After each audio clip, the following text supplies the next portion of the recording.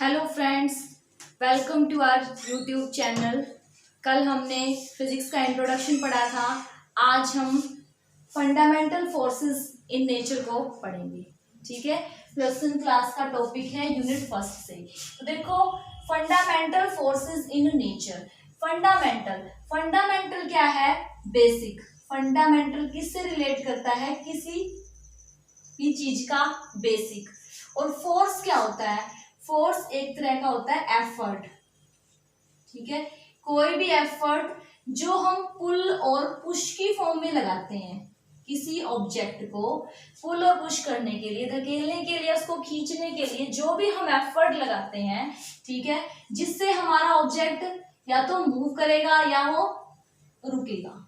ठीक है, या तो वो ऑब्जेक्ट चलेगा या वो रुकेगा। तो जो एफर्ट हम किसी ऑब्जेक्ट को पुल या पुश करने के लिए लगाते हैं वो क्या होता है? हमारा फोर्स।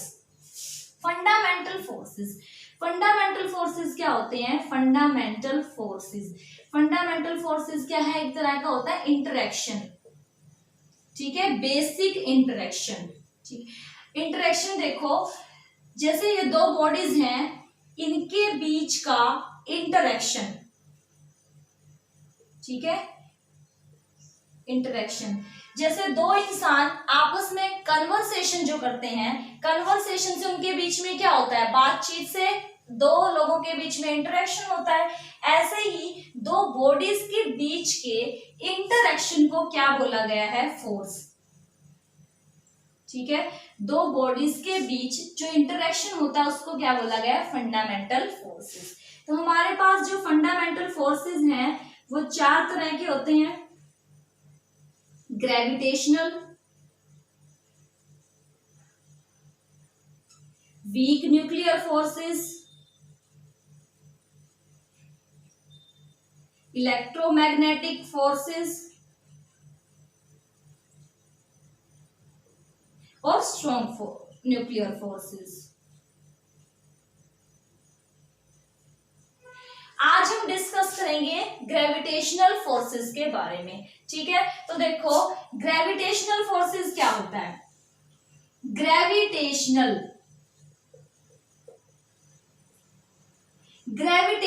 जो होता है फोर्स, वो किसकी वजह से काम करता है? Due to gravity.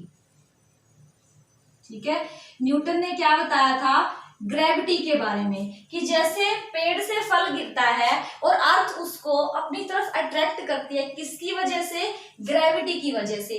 क्योंकि क्या है, वहां पे फल और अर्थ के बीच में क्या लग रहा है? दो ऑब्जेक्ट के बीच में इंटरेक्शन हो रहा है, और इंटरेक्शन किसकी फॉर्म में है? फोर्स की फॉर्म में। किसकी वजह से? ग्रेविटी की वजह से अर्थ उसको क्या कर रही है? अपनी तरफ अट्रैक्ट कर रही है। ठीक है, तो देखो, ग्रेविटेशनल फोर्स क्या बोलता है कि दो बॉडीज, कोई भी दो बॉडीज हैं, m1 m2 उनका मास है। ठीक है, सेंटर से दोनों के बीच की जो दूरी है वो कितनी है? r। दो बॉडीज m1 m2 उनका मास है, r उनके बीच की डिस्टेंस है। दोनों के बीच में जो इंटरएक्शन फोर्स होगा वो किस तरह से होगा? फोर्स जो होगा यहाँ पे वो डायरेक्टली प्रोपोर्शनल होगा m1 इंटू m2 बाय में डिस्टेंस का स्क्वायर r स्क्वायर। ठीक है, फोर्स डायरेक्टली प्रोपोर्शनल होगा m1 इंटू m2 के, और इनवर्सली प्रोपोर्शनल होगा r स्क्वायर के डिस्टेंस के स्क्वायर से। तो देखो, यहां से क्या पता चल रहा है कि जो फोर्स है वो m1 इंटू m2 मास के तो क्या है? Directly proportional. कि जैसे जैसे बॉडीज का मास बढ़ेगा वैसे वैसे जो फोर्स की वैल्यू है वो बढ़ेगी, इंक्रीज होगी। और जैसे जैसे डिस्टेंस घटेगी, यानी कि अगर डिस्टेंस घटेगी या बढ़ेगी, डिस्टेंस अगर ज्यादा हो रही है ऑब्जेक्ट के बीच में तो क्या होगा? हमारी फोर्स की वैल्यू डिक्रीज हो जाएगी। यानी कि एक तरह से कह सकते हैं, अगर जो ऑब्जेक्ट है वो दूर दूर होंगे तो उनके बीच का इंटरेक्शन कम होगा, और इंटरेक्शन कम होने की वजह से जो फोर्स ऑफ ग्रेविटेशन है उनके बीच में, ग्रेविटेशनल जो फोर्स है वो क्या हो जाएगा? कम हो जाएगा। ठीक है, तो इसको अगर हम आगे सोल्व करते हैं तो क्या होगा? प्रोपोर्शनैलिटी का साइन हटके इज इक्वल टू, और यहाँ पे कांस्टेंट आ जाएगा जी क्या है? Constant of universal gravitational constant. G m1 into m2 by में r स्क्वायर। ठीक है, ये g क्या है, ग्रेविटेशनल कांस्टेंट है। ठीक है, तो देखो g की वैल्यू, g की एक फिक्स वैल्यू बताई गई है 6.67 इंटू 10 की पावर -11 न्यूटन मीटर स्क्वायर पर किलोग्राम स्क्वायर। ठीक है, g की एक फिक्स वैल्यू बताई गई 6.67 इंटू 10 की power -11 newton metre square by kilogram square. तो g क्या है, हमने g को बोला ये कैसा होता है, यूनिवर्सल कांस्टेंट।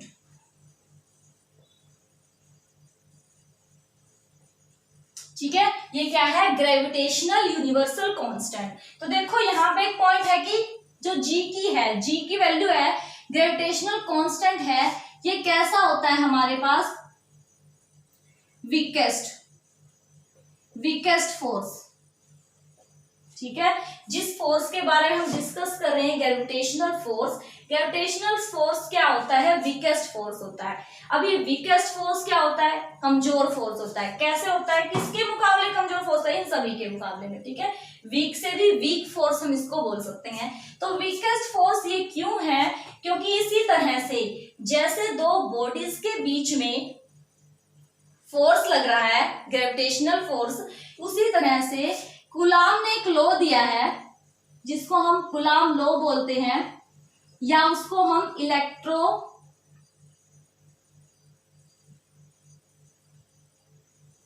इलेक्ट्रोस्टैटिक फोर्स भी बोलते हैं।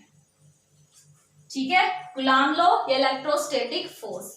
देखो इलेक्ट्रो का मतलब ही क्या होता है, चार्ज पार्टिकल से। ठीक है, चार्ज पार्टिकल।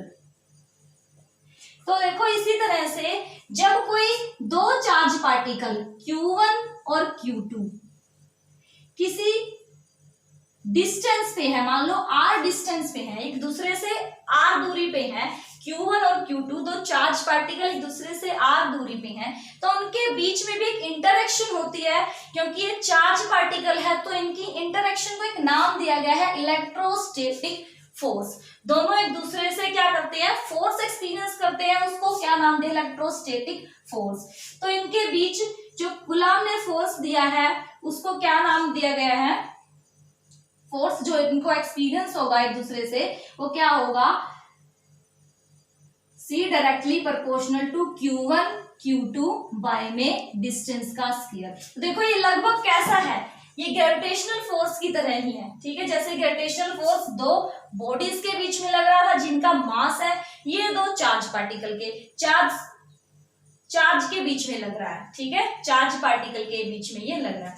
तो देखो यहां से अगर हम इसको, जैसे यहाँ पे कांस्टेंट को हटा के g कांस्टेंट रखा है, यहाँ पे डायरेक्टली प्रोपोर्शन को हटा के, ऐसे ही यहाँ पे क्या आता है, c को हटा के 1/4 pi epsilon naught, 1/4 pi epsilon naught Q1 Q2 by में डिस्टेंस का स्क्वायर। ठीक है, और बाद में कूलाम ने 1/4 पाई एप्सिलॉन नॉट को ke से डिनोट किया है। ke क्या होगा यहाँ पे, इलेक्ट्रोस्टैटिक कांस्टेंट। जैसे यहाँ पे g हमारा यूनिवर्सल कांस्टेंट था, यूनिवर्सल ग्रेविटेशनल कांस्टेंट था, ऐसे ही कूलाम लॉ में ke किसको रिप्रेजेंट करता है, इलेक्ट्रोस्टैटिक कांस्टेंट को। ठीक है, तो मैं ये वाला क्वेश्चन साफ कर देती हूँ।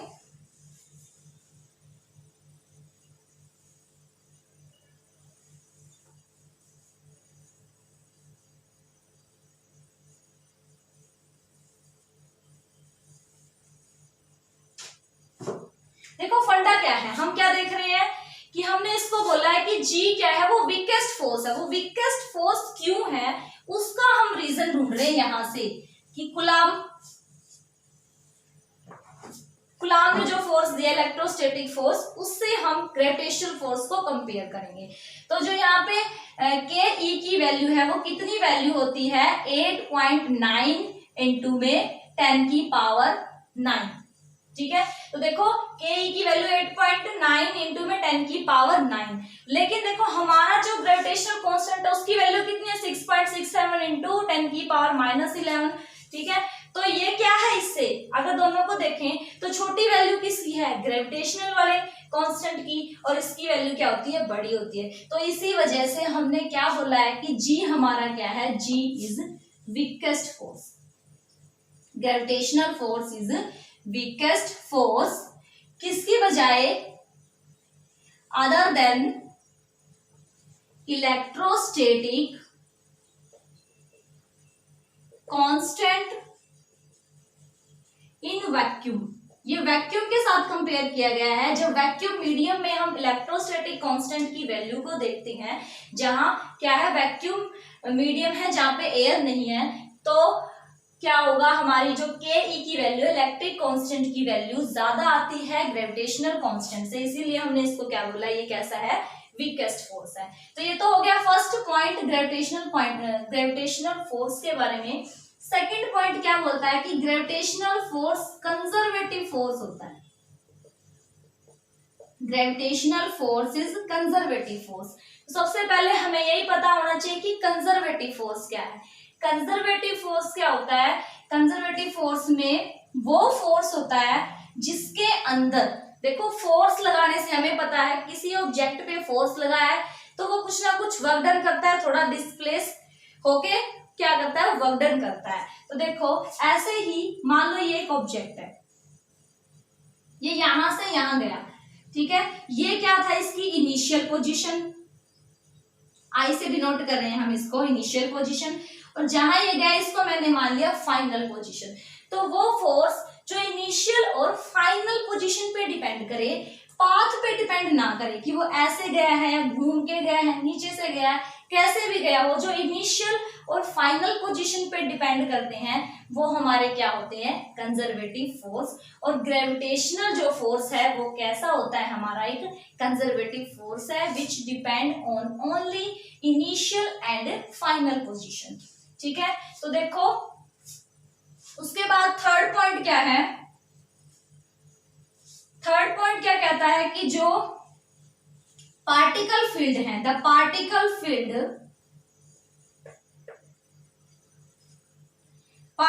Field in gravitational force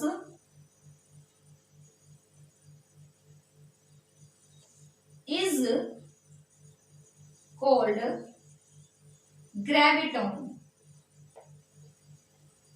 is called graviton.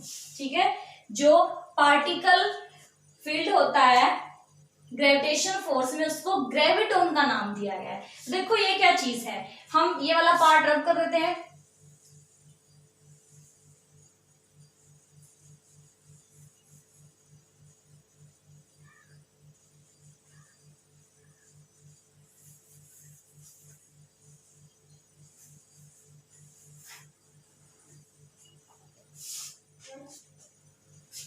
Graviton, क्योंकि देखो एक ये बॉडी है और दूसरी बॉडी है, ये दोनों के बीच में इंटरेक्शन को हमने क्या कहा है, फोर्स का नाम दिया है। ठीक है, तो इंटरेक्शन से क्या, इनके बीच में एक फील्ड जनरेट होता है। ठीक है, जैसे इलेक्ट्रिक, जहां पे इलेक्ट्रिसिटी प्रोड्यूस होती है वो किसकी वजह से प्रोड्यूस होती है, इलेक्ट्रिक फील्ड की वजह से, इलेक्ट्रिक फील्ड जनरेट होता है वहां पे। ऐसे ही यहाँ क्या है, एक फील्ड जनरेट हो रहा है, पार्टिकल फील्ड बोला गया उसको। अब पार्टिकल फील्ड क्या चीज है, पार्टिकल, सबसे पहले तो हम पार्टिकल के बारे में ही डिस्कस कर लेते हैं। व्हाट इज पार्टिकल, पार्टिकल क्या है, पार्टिकल एक स्मॉलेस्ट पार्ट बोल सकते हैं हम इसको मैटर का।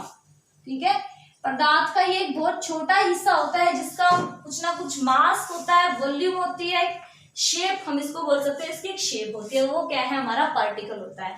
जैसे कि चौक का जो डस्ट है वो क्या है, पार्टिकल है, और जो सूर्य से जो भी डस्ट रेज आ रही है उनको भी हम किस में कंसीडर करते हैं, this is a dust particle. तो पार्टिकल फील्ड, यहाँ इनके बीच में क्या बनता है, पार्टिकल फील्ड जनरेट होता है, उस पार्टिकल फील्ड को एक स्पेसिफिक नाम दिया गया है, ग्रेविटोन। पार्टिकल फील्ड को एक स्पेसिफिक नाम दिया गया है, वो क्या है, ग्रेविटोन। उसके बाद फोर्थ पॉइंट क्या है ग्रेविटेशनल फोर्स के बारे में, कि ग्रेविटेशनल फोर्स दो मैसिव बॉडी के बीच में, ठीक है, gravitational force, the gravitational force between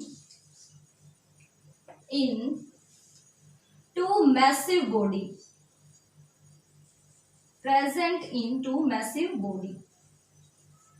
दो मैसिव बॉडीज के बीच में क्या होता है, ग्रेविटेशनल फोर्स होता है। ठीक है, कोई मैटर नहीं करता वो किस डिस्टेंस पे है। जैसे कि हम सिंपल सा एग्जांपल दे सकते हैं कि क्या है, सन के अराउंड क्या हमारी अर्थ रोटेट कर रही है, तो अर्थ और सन के बीच में क्या, दोनों मैसिव बॉडीज है और डिस्टेंस भी कितना है, तो डिस्टेंस चाहे कितना भी हो, ग्रेविटेशनल फोर्स तो मैसिव बॉडीज के बीच में लगता है।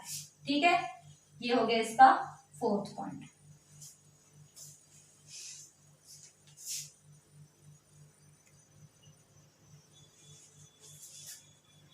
देखो अब एक पॉइंट और है इसमें, फिफ्थ पॉइंट क्या है, हम ये वाला पोर्शन साफ कर देते हैं।